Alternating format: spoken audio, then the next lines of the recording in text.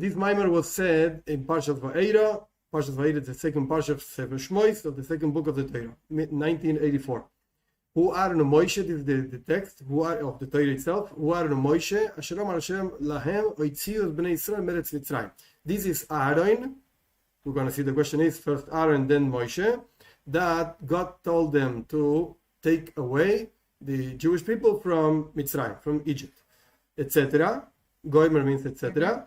Hem amedavrim el Paro melech Mitzrayim. Goimer hu Moshe v'Aaron. They were the ones speaking to Pharaoh, the king of Egypt, and this is Moshe and Aaron.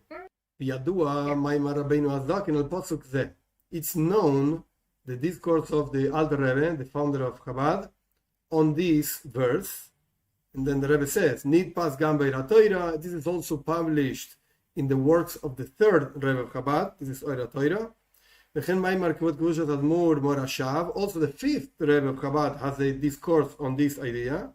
Mishnah Tafresh Nun Hey is 1895.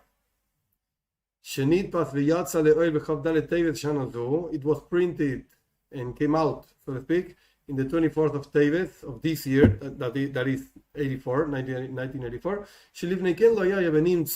Before this, nobody had it. It was like a hidden discourse. Only very special people, manuscript, etc. So the Rebbe is like saying, look, I'm telling you, I'm sharing something that wasn't available. It was not available at all. Just a very select people. And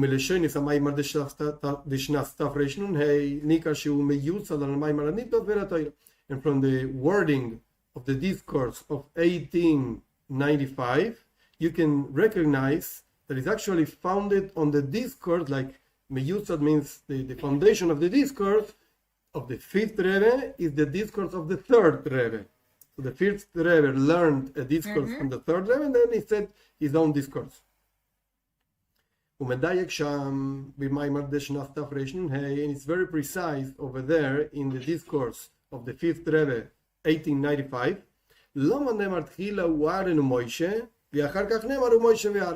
Why does it say first it's Aaron and then Moshe, and afterwards it says it's Moshe and then Aaron? That's the question. And then in the fifth Rebbe brings the explanation of the Alter Rebbe, the first Rebbe, the Maimar Anashua Torah, which is found in the works of the third Rebbe. It's a whole mix of Rebbeim. What's the explanation? Why first Aaron then Moshe, and why and afterwards Moshe and then Aaron? So the explanation is this. It's like this. The Alter Rebbe says this. To bring out the Jewish people from Egypt, Aaron was the main thing. That's why it says first Aaron and then Moshe. And on the second part, to talk to Pharaoh, the king of Egypt, the main thing was Moshe. That's why it says in the next verse, first Moshe, then Aaron. Stop. This is what it means is, look, this is what the Alter Rebbe said. We don't doubt it, but we didn't explain. This is what he said. Okay? So you had a question, now you have an answer from the Alter Rebbe, and that's it. Okay, we want to understand the answer. But this is what the Alter Rebbe said. We're not questioning that. We're just saying, this is what he said. Now, the fifth Rebbe, given that answer, wants to understand. He's precise with the words, and wants to understand. Apparently, we don't understand this. The answer, I don't get it. Okay, the Alter Rebbe said it, but I don't understand it. Why? Moshe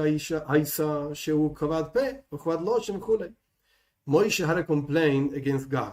When God sent Moshe, Moshe said, look, I can't talk properly. I don't know how to talk. Forget it. Send somebody else. I can't talk. And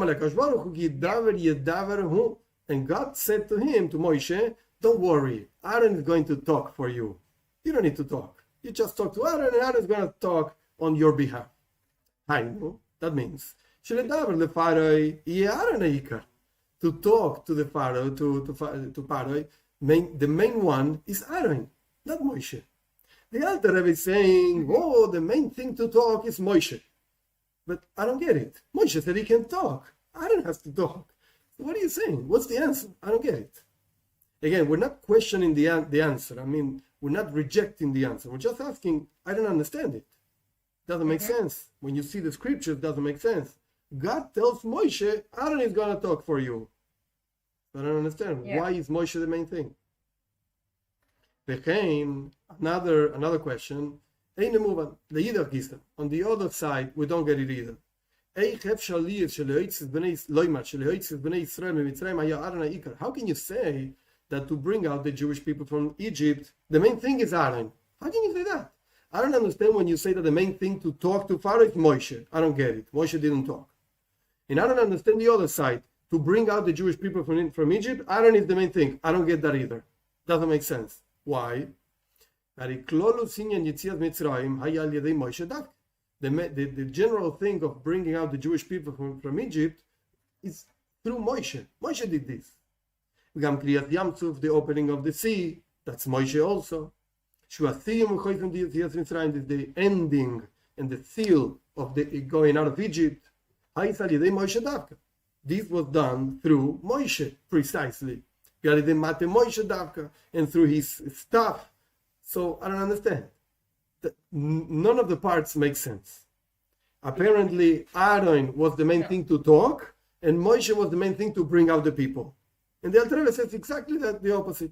Aaron is the main thing to bring out the people, and Moshe is the main thing to talk. I don't get it. This is what the Rebbe is bringing from the fifth Rebbe, based on the third Rebbe. In order to understand this answer of the Alter Rebbe, we need to understand what's Moshe and Aaron. What do they represent in general? They are like intermediaries between the Jewish people and God. What does that mean? See, it's written, I will go, simple translation, I will go amongst you. This is in the last parsha of the third book. And I will lead you, I will go with you, I will lead you like stand up, like something like that. Okay, so the Lashon, the wording, hisalachti, I will go, veloy halachti, and not go, just simple go. Hisalachti is like stronger way of going. This shows that there are many ways of going. It's not just going. The smallest plural is two. So if you're talking about a plural going, that means there are two goings, two ways of going. Two ways of going. From above to below, from below to above. This is a reference to the general way of serving God, which divides in itself into movements. There are two ways a human being can move, so to speak. You can go up from down to above, or you can bring down, project from above to below. Two ways. In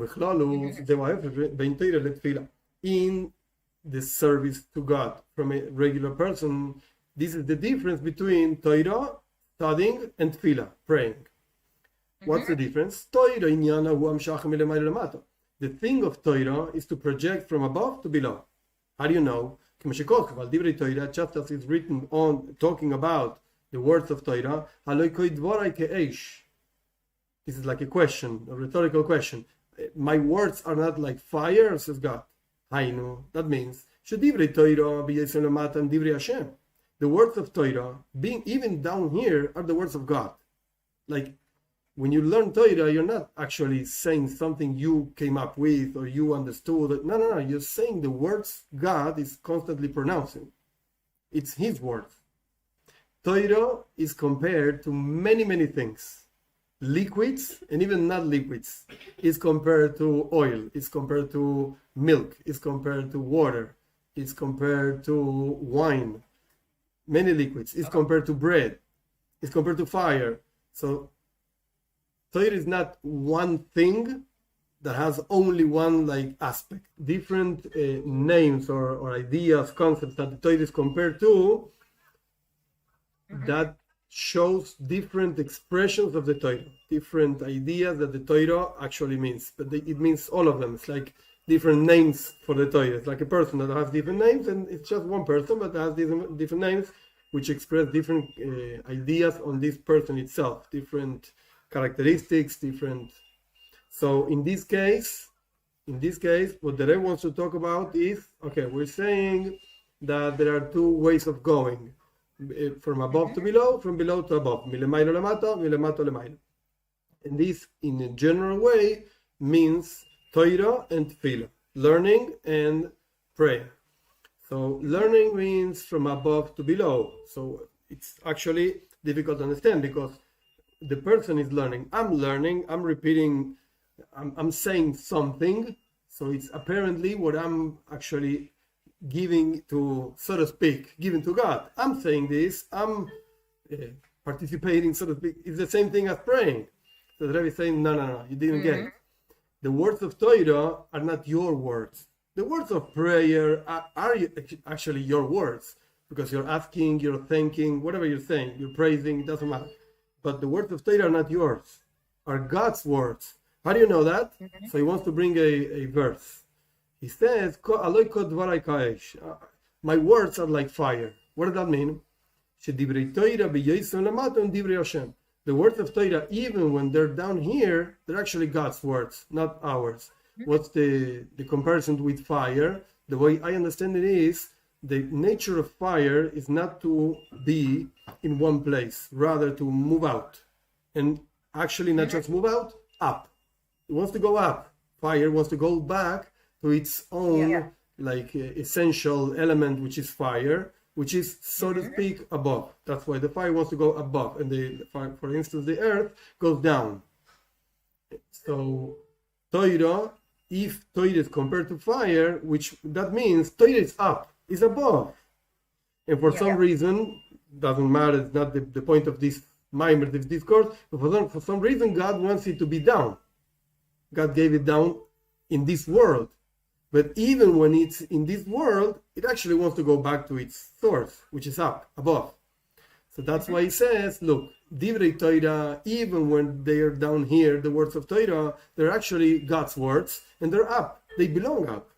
They happen to be down here, but they belong up. And when they are down here, it's not your words. You're not saying something yours. You're saying God's words. Divrei Hashem. That's why he continues. This is a projection from above. And he wants to prove it even further. Like it's written, from the heavens I spoke with you. So that means that words of Torah are in the heavens, so to speak, whatever that means, and God brings them down. And Moshe received the Torah from Mount Sinai above. This is Torah. Torah is from above to below, hamshach, projection, from up down. Which is not the case with prayers. Prayers is different. It's going up from below to above. What does that mean? A person goes out of his own situation and elevates himself to the heavens, so to speak. Like you're talking to the heavens, something like that. God is everywhere, of course, but we say he's in the heavens, our Father is in the heavens, or whatever. It's just a way of saying. So the main point over here, of course, is that tefillah, prayer, is from below to above. But it's very interesting that he mentions that the person is going out of himself when he's praying. Like you can't expect God answering any prayer if you don't change. Like he's not going to change. The one that has to change is you. So when you pray, you go out of yourself, so to speak. You change. Yeah. Therefore, God can answer the prayer. Because if God wants to give you something, so why do you wait? Just give it to me. Are you a good guy? Are you a good God? So give it to me. I deserve it. Whatever. And actually, you thought about it, so you want to give it to me. Why don't you give it to me? Because it's expecting our change. It's expecting us to become different people, and automatically you deserve this and that you're asking. That's why he's saying tefillah is like you're going up from your situation. You're changing yourself. That's tefillah. Mm-hmm. And this is what actually Moshe and Aaron do. How do you see this? How do you see this? Then you have to go to understand this. You have to go to Kabbalah Zoyar. Moshe nikra Shushbina de Malka, ve'Aaron nikra Shushbina de Matronisa. Moshe is called like the accompanying. I don't know how to say it. Like going with the queen, the king. I'm sorry, and Aaron is going together with the queen. What does that mean? The Keshem Shu Benisuin Kipshutam, just as in a regular marriage. There's an intermediary on the side of the how do you call the groom and the bride, right? The groom, the chassan is the groom, the man. Which why do you need actually an intermediary on the side of the groom? Because the work, the job, so to speak, the job description of this intermediary is to bring actually the groom to the bride. The groom has shame. How do you say? He's ashamed. He doesn't know what to do. He's young and he doesn't know. So okay, I'm gonna help you. I'm gonna bring you. And the same thing happens with the woman. There's an intermediary to bring her. The job description of this intermediary is to bring the girl to the boy, the bride to the groom. The same thing happens with the marriage between God and the Jewish people. The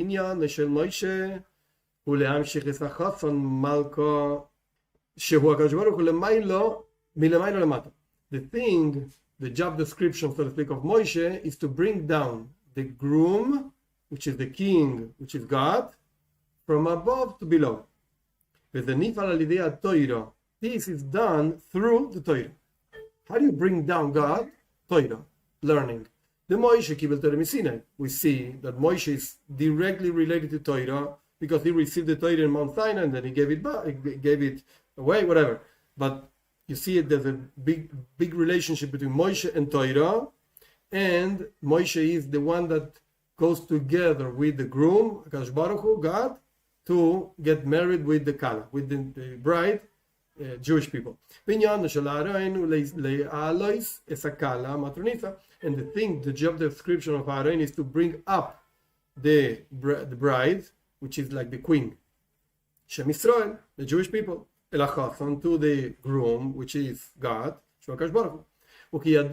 just as is known, how do you know Aaron? The Rebbe brought a proof that Moshe is related to Torah. Because Moshe Kibel Torah Misinai says the ethics of the father. Moshe received the Torah in the Mount Sinai. How do you know that the relationship between Aaron bringing up something? Okay, Moshe brings down the Torah, but how do you see? Where do you see that Aaron is bringing up from above up? From below up something? Kiyadua. This is known, says the Rebbe. The Torah says in Parshat Baloischa precisely when Aaron will bring up the candles. The job of Aaron, the Kohen, was to bring up the candles. What are the candles? Neshamas Yisrael, the souls of the Jewish people. How do you know that the soul is compared to a candle? Because it's written, the candle of God is the soul of a person. So now, what did the Rebbe do? The Rebbe explained to us who is Moshe and who is Aaron. What do they do? There are two movements, from up down, from down up, and Moshe and Aaron do this, and this is also related to each one of us, through learning Torah and praying. Okay, we move forward. According to this, now we're going to understand the answer of the Alter Rebbe. The Alter Rebbe said, look, when you have to talk to Pharaoh, That's Moshe. That's the main thing, Moshe. Why? And to bring out the Jewish people from Egypt, Aaron is the main thing. Why? Why do we understand now something we didn't understand before? This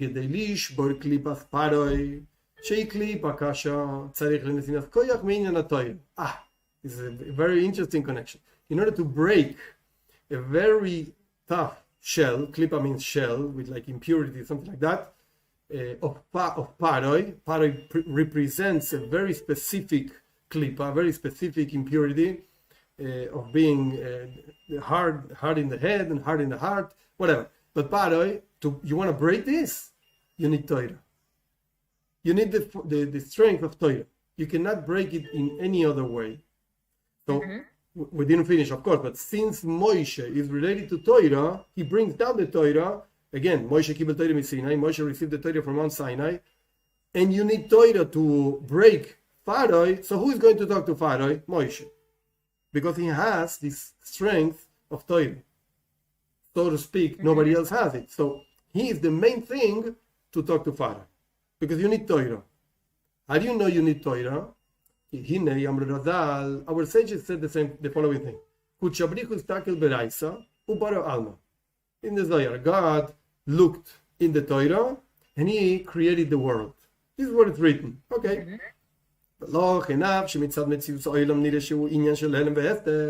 Therefore, even though when you actually look at the world, Metzius Olam is like the real world, the real life, it seems that there's a concealment. God is concealed. We don't see him. And we see difficulties and problematics, whatever. Even though this is true, the Torah says, no, it's not true. This is what you see, but it's not true. Why? Look, the whole existence of the world, its source is Torah. I'm sorry. And the world was created for the Torah.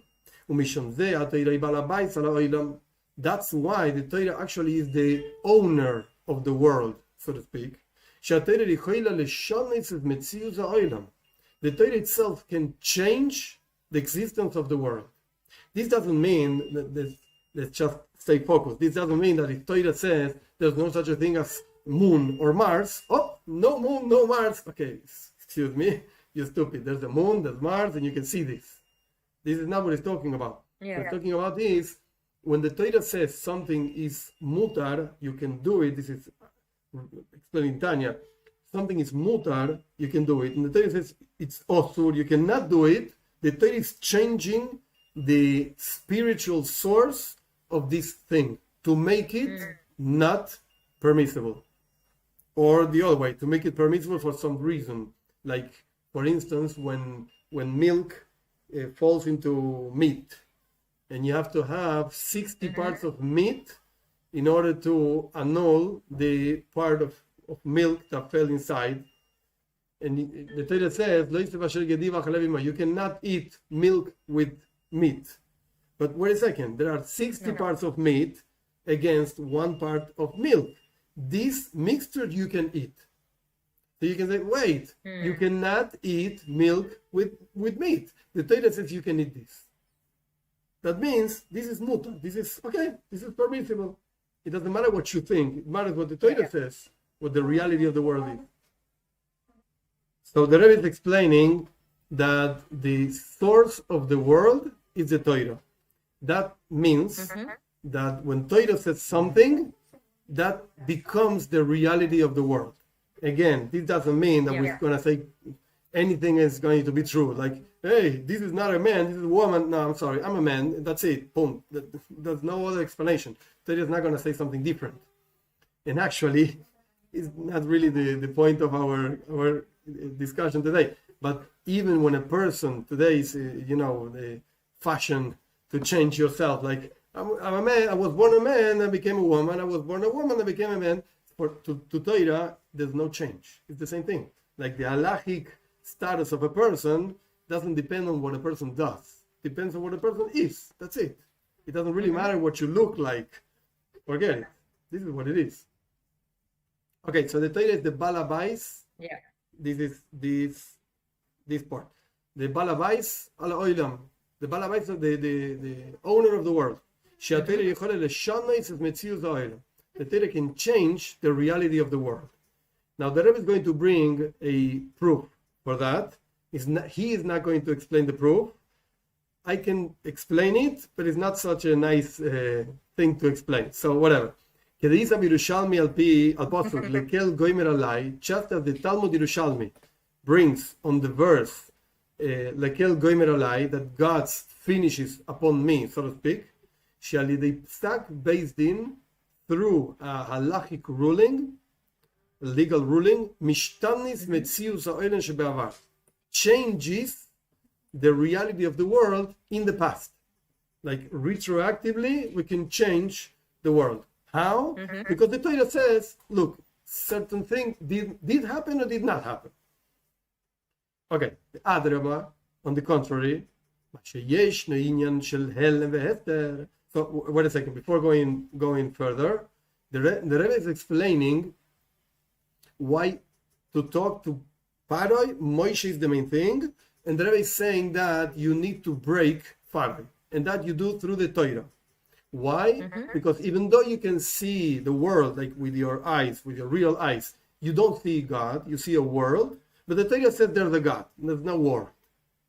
Okay, so going further on this idea, Adrabah, on the contrary. The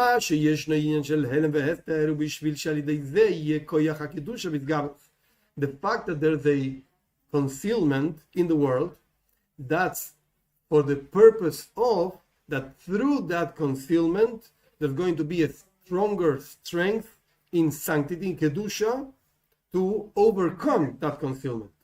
What does that mean? No, he doesn't go further with this idea. I'm sorry. No, the point of this last line, which is not an easy line, the point with this line is you think there's a concealment and you see like this like a bad thing. And the Torah says, look, there's no concealment, forget it, there's only God. But it doesn't end up being a good thing because there's a concealment. So the Rebbe is saying, no, the other way. The purpose of the concealment is that you have more strength in Kedusha, in holiness. That's the purpose. It's like, it's just an example. Because you have to share more, you have to take more effort. Exactly. And you will appreciate it more. It's like the example of a son or a daughter, whatever, the same thing, of people, of parents that have a lot of money. So for 5 years old, they give him a Ferrari, and for 10 years old, they give him a Maserati, whatever. They have so much money. So these children don't appreciate money. It doesn't have any value at all. I can have anything I want at any time. So you don't appreciate it. So what do you have to do? Keep the money. Don't give him everything, and they're going to appreciate it. They're going to appreciate it. So the same thing is happening here. We saw the concealment as a bad thing, and the Rebbe is saying Adrabah, the other way. The opposite is true. Adrabah. The fact that there's a concealment is going to help you appreciate Kedusha, sanctity, much more. Much more. It's going to be much more stronger, Kedusha, because there's a concealment. The same thing happens with what we are trying to understand. Shemitzad Torah, from the perspective of Torah, even Pharaoh, the king of Egypt, has to behave according to Torah. Whatever the Torah says regarding Pharaoh, that's how he actually behaves.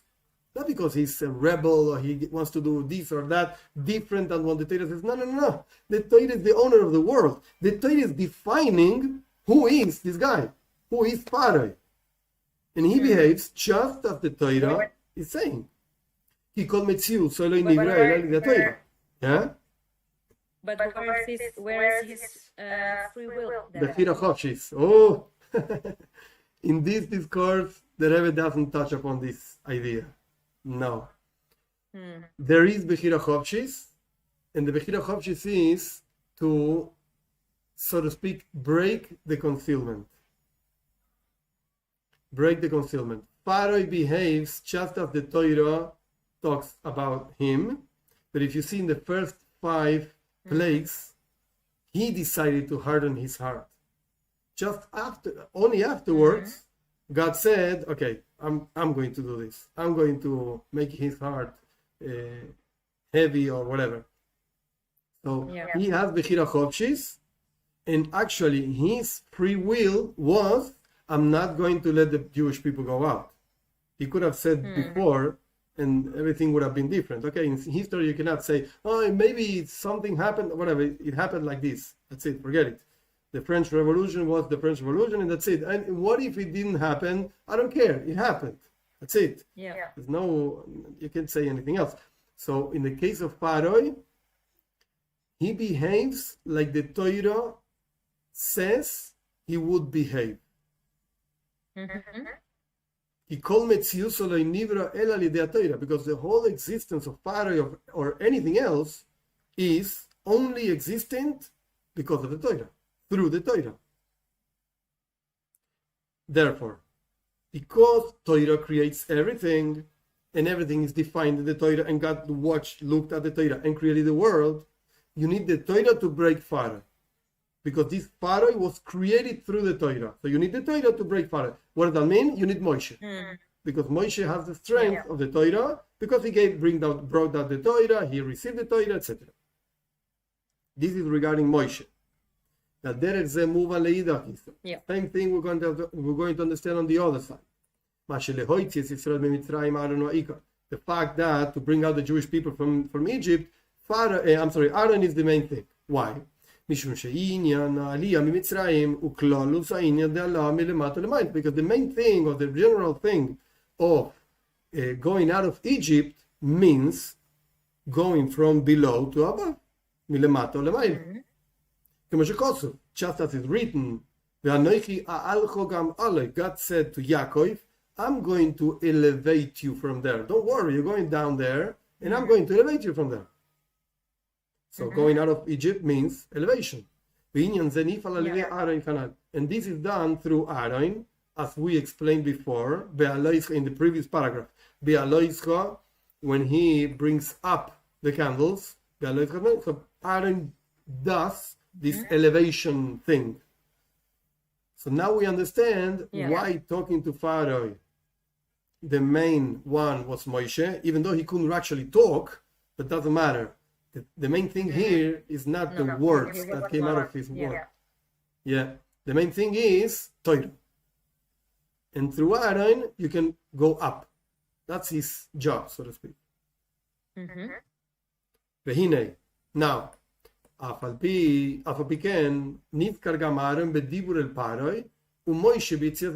now let's combine things. Even though we just explained that to bring out the Jewish people is Aaron, and to talk to Pharaoh is Moshe, even so, it's mentioned also Aaron when talking to Pharaoh, and Moshe is mentioned when bringing out the people, the Jewish people from Egypt. Why? It's a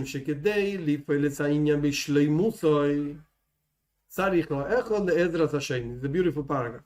Because in order to do whatever the thing is, to break Pharaoh or to bring out the Jewish people from Egypt, or to talk to Pharaoh, whatever, in order to be complete, each one needs the help of the other. You can't do it actually alone.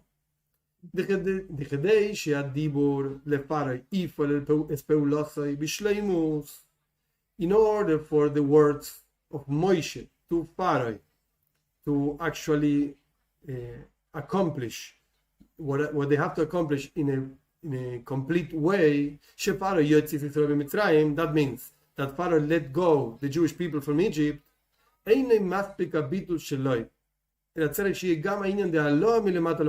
It's not enough that he should be annulled. Pharaoh should be destroyed, annulled. No. You're gonna see this later in the discourse. He's going to apply it to the idea of B'nai Noach. I think it's a beautiful, beautiful mimer on this respect.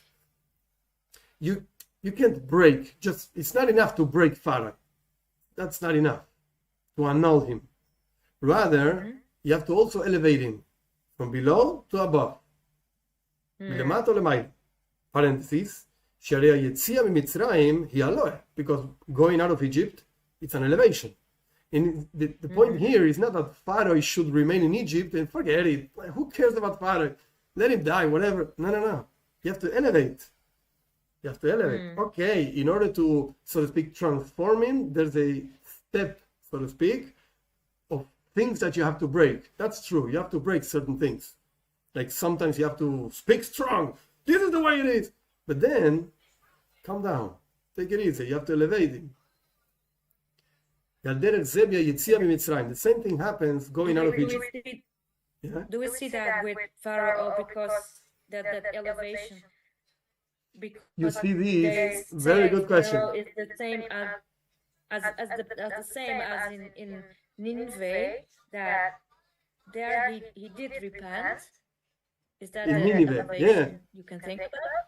Yes, that's exactly. He doesn't say it. The Rebbe doesn't say it.